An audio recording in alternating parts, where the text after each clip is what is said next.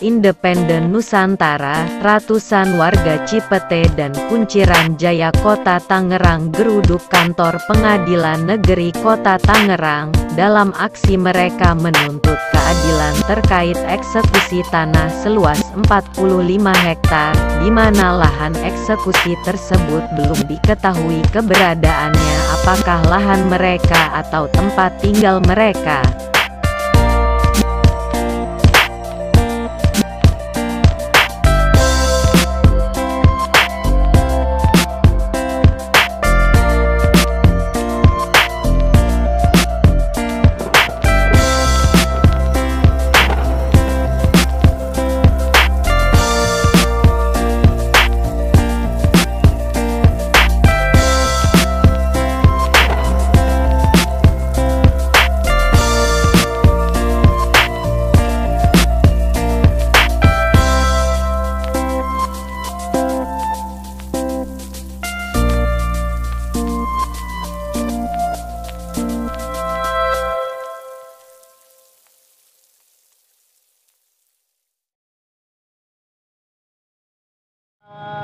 Kota Tangerang masuk zona merah, saudaraku semua harus pakai masker.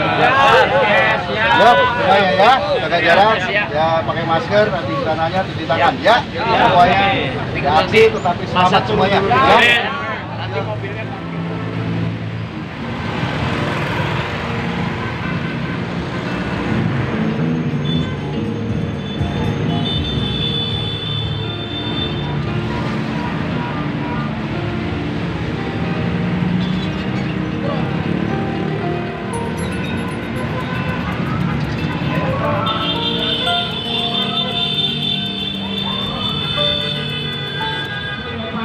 Hektar ini kami nilai cacat demi hukum.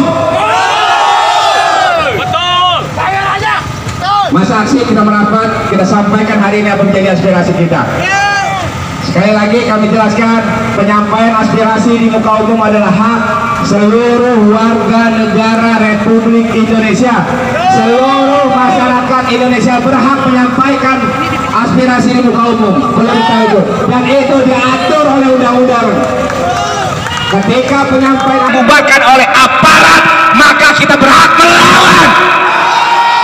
Ini aturan berbicara. Oke, kita runut satu-satu persoalan yang ada di wilayah Kelurahan Cipete dan Kunciran Jaya.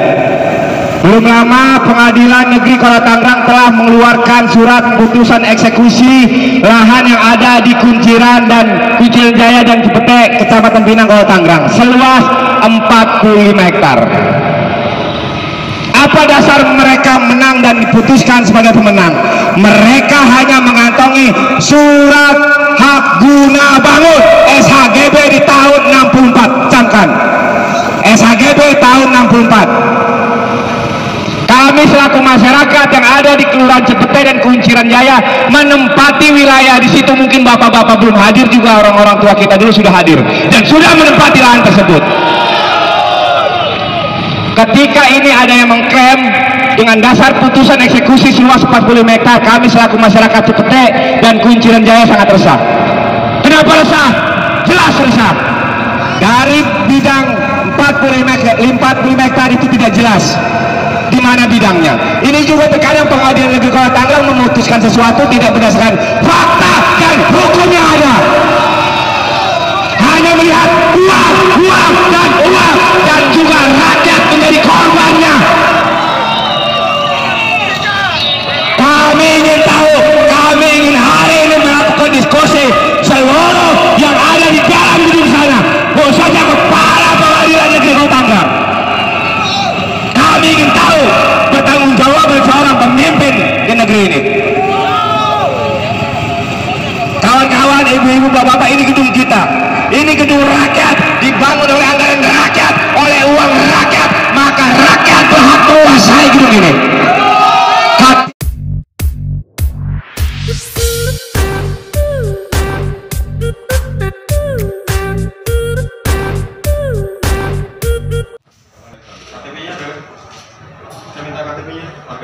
Ada bang, semua taruhnya foto-fotonya semua nih bang. Asli saya orang Kunciran Jaya. Tuh, KTP saya. Pengaksar semuanya. Semuanya tinggal di fotokopi untuk apa Pak ya? Memang belum, ini kan masih terus bergulir persoalan yang ada, bahkan terakhir itu terjadi eksekusi 45 hektar atas dasar putusan eksekusi Pengadilan Negeri Tangerang. Atas dasar putusan. Iya, betul. Artinya kami juga selaku masyarakat resah, Pak. Kenapa resah? Pada saat eksekusi berlangsung, bidangnya nggak jelas. Tiba-tiba eksekusi alat berat menggusur. Ini mau menggusur mana? Saya masyarakat yang terus terang yang terdampak. Jadi satu bidangnya nggak jelas. Nggak jelas bidang bidang. Kami masyarakat resah. Masyarakat resah. Khawatir. Saya selaku masyarakat tiba-tiba digusur. Sedangkan jangan bicara saya hidup dengan saudara saya hidup tahun berapa. Bahkan yang harus kita pertanyakan sama-sama siapa dermawan, siapa yang dermawan. Bapak siapa? Saiful Basri. Siapa? Saiful Basri. Jadi bidangnya nggak jelas. Kita nggak jelas. Kan terus apalagi banyak nanti kita akan diskusi nanti. Iya. Nah kita juga cari terus cari informasi satu masyarakat bahwasanya tanah seluas 45 hektar di wilayah Cipete dan Kucar ini diklaim oleh salah satu orang, dalam hal ini Sinta Pak Darmawan, ya kan? Nah ini dimenangkan, ya kan? Sampai dengan putusan eksekusi. Berarti saya juga selaku masyarakat yang mana pernah menjual belikan lahan saya, berarti saya bukan menjual lahan saya. Pernah menjual beli, Bapak sudah dijual, nggak punya hak itu? Iya sebagian Pak, karena saya orang kaya Pak, orang kampung juga orang kaya. Orang bisa kaya di daerah lain, tapi ini loh, di lokasi itu Pak. Jadi, apa ya? di lokasi itu Bapak punya hak. Punya 4.000 meter masih ke tanahnya. Entah, saya katanya Enggak, saya mau perkuat aja. Iya, Saya katanya saudara saya. Karena di samping rumah saya. Saya nggak tanya Bapak. Iya, gimana? Saya bicara Bapak, sama saya jawab sendiri. Saya tidak tanya sama Bapak. Saya jawab sendiri. Saya tidak boleh orang ngomong. Iya, sebelum Pak, dilanjut. ngomong sama Bapak. Oke Pak, Ya, kita lanjut. saya ngomong sama Bapak. Artinya saya di situ banyak lahan-lahan saya yang dulu milik pribadi. Mana kita jual belikan itu? Nah, kalau saudara nggak setuju, saudara keluar. Oh, siap Pak. Ya udah, keluar. Tapi masyarakat kan gua ada di sini semua. Sebentar. Makanya saya ngomong itu. Jangan rusuh aja dong. Pak ini benda negara ini. Saya bilang saya bicara sama Bapak. Iya, Saudara jangan ikut campur. Iya. Udah gantian Pak. Kita menyelesaikan masalah Pak. Gantian. Bahasanya dong saya minta ya kalau Saya tidak ingin saudara berhenti. bahasanya yang enak Pak. Yang ngomong sama ini. Bapak cukup Bapak cukup. Ya, saya ngomong sama ini. Kalau Bapak dari awal sopan datang saya juga enak Pak. Saya rajin sholat masih. Awalnya dikasarin pusing pukul orang. Saya ngomong sama ini. Iya, saya udah paham itu mah. Oke, berhenti ya. Udah, silakan aja. orang ke depan bahasanya bapaknya enak, yang lembut, bahasa pimpinan lah, bahasa gantian. Berhenti atau di luar. Gantian Pak, gantian. Nanti Bapak ada. Jangan nyeletuk. Nanti satu-satu. Nah, itu bahasa itu yang enak. Oke, silakan. Nah, kami saudara-saudara kami di situ juga kan dulu punya tanah luas Pak. Ada juga yang pernah dijual belikan, ya kan? Entah kita bicara mau jual ke siapa. Kami khawatir ketika ini diklaim, ya kan? Ada putusan itu. Berarti selama ini yang pernah dijual Pak ya, yang wasiatnya juga masih banyak juga. Yang pernah dijual artinya bukan hak milik kami. Kalau memang itu diklaim oleh seseorang, artinya yang pernah saya jual belikan dan saat ini kami tempati, itu secara tidak langsung ini milik orang. Saya jolin Pak, selaku ahli waris yang jelas-jelas harus menerusi riwayat orang tua para ahli waris, menjolimi kan gitu, karena telah menjual tanah orang.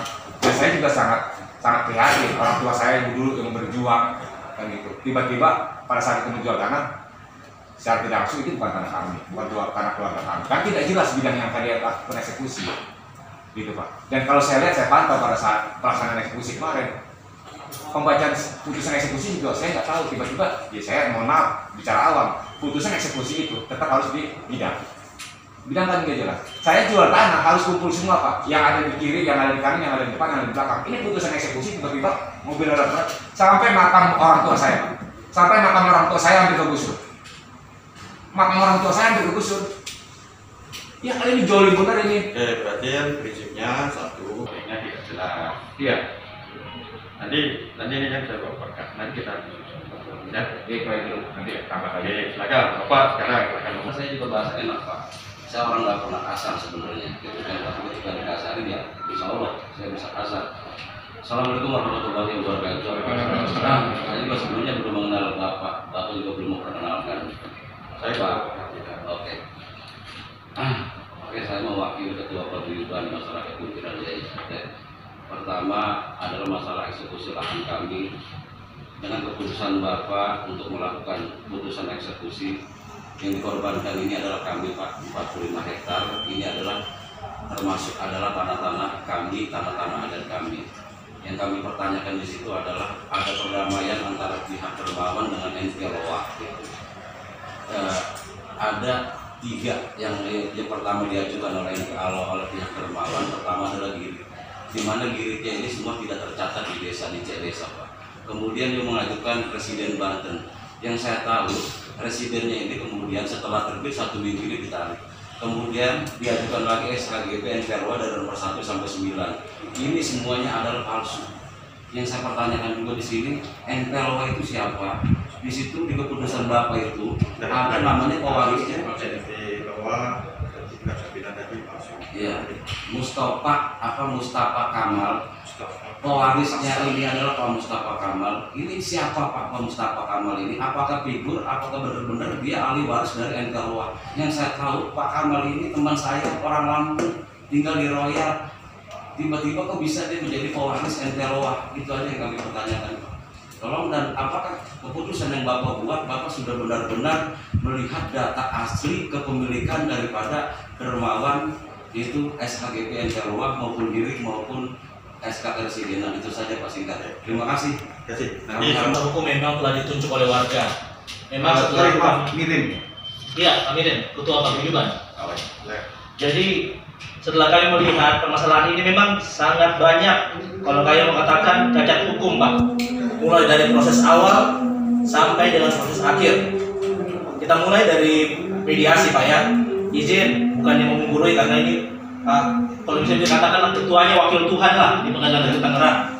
Ini di Perma nomor 1 tahun 2016 tentang mediasi dikatakan pasal 27 ayat 2, dalam membantu merumuskan kesepakatan perdamaian, mediator wajib memastikan kesepakatan perdamaian tidak memuat ketentuan yang bertentangan dengan hukum, terkait umum dan kesusilaan. Kalau undang-undang ya, intinya adalah dalam mediasi ini hasilnya itu melibatkan pihak ketiga ternyata, yang mana mediator tidak secara hati-hati merumuskan itu dan mengajukan ke majelis hakim pemikiran perkara yang akhirnya diputuskan.